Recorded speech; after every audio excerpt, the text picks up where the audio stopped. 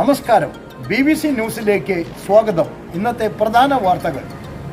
നൂറ്റാണ്ടിലേറെയായി തുടരുന്ന ഓർത്തഡോക്സ് യാക്കോബായ സഭാ തർക്കം പരിഹരിക്കപ്പെടാതെ അനന്തമായി നാളുകളേറെയായി നീളുകയാണെന്ന് ഹോളി ലാൻഡ് പിൽഗ്രീം സൊസൈറ്റി ഭാരവാഹികൾ അറിയിച്ചു.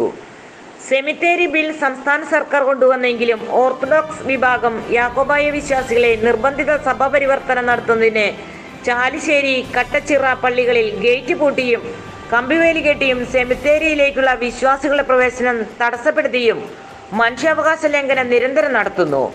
നിർഭാഗ്യവശാൽ ഇത് കുടുംബ ബന്ധങ്ങളെയും വ്യാപാര വ്യവസായ പങ്കാളിത്ത സംരംഭങ്ങളെയും സാമൂഹ്യ ബന്ധങ്ങളെയും പ്രതികൂലമായി ബാധിക്കുന്നു.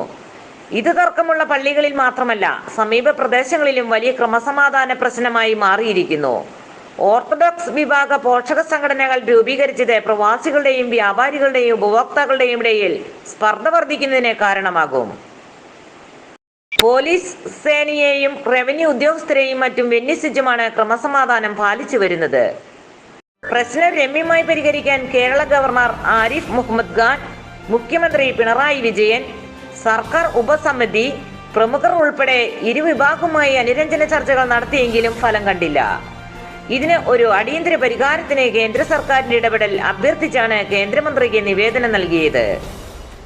സുപ്രീം കോടതി വിധി നടപ്പാക്കാനായി സർക്കാരിന് ഹൈക്കോടതി നൽകിയ അന്തിമ സമയം ജൂലൈ 25-ന് അവസാനിക്കുന്നതാണ്.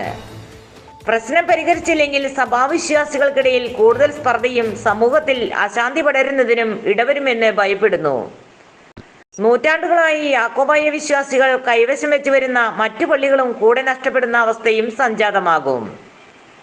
ആയതിനാൽ ഓർത്തഡോക്സ് യാക്കോബായ സഭകളിലെ സമാധാനപ്രിയരായ ഭൂരിപക്ഷം വിശ്വാസികൾ ആഗ്രഹിക്കുന്ന സമാധാനം പുനഃസ്ഥാപിച്ച് കലഹങ്ങൾ ഒഴിവാക്കേണ്ടത് ആരാധനാലയങ്ങളിൽ സമാധാനാന്തരീക്ഷം ഉണ്ടാവുന്നത് വിശ്വാസികൾക്ക് പുറമെ പൊതുസമൂഹത്തിന്റെയും കൂടി ആവശ്യമായി മാറിയിരിക്കുന്നു. Holy Land Pilgrim Society chairman Chevalier CE Chakkunni, vice chairman advocate MK Ayyappan, general convener MC Johnson എന്നിവരാണ് നിവേദനം സമർപ്പിച്ചത്.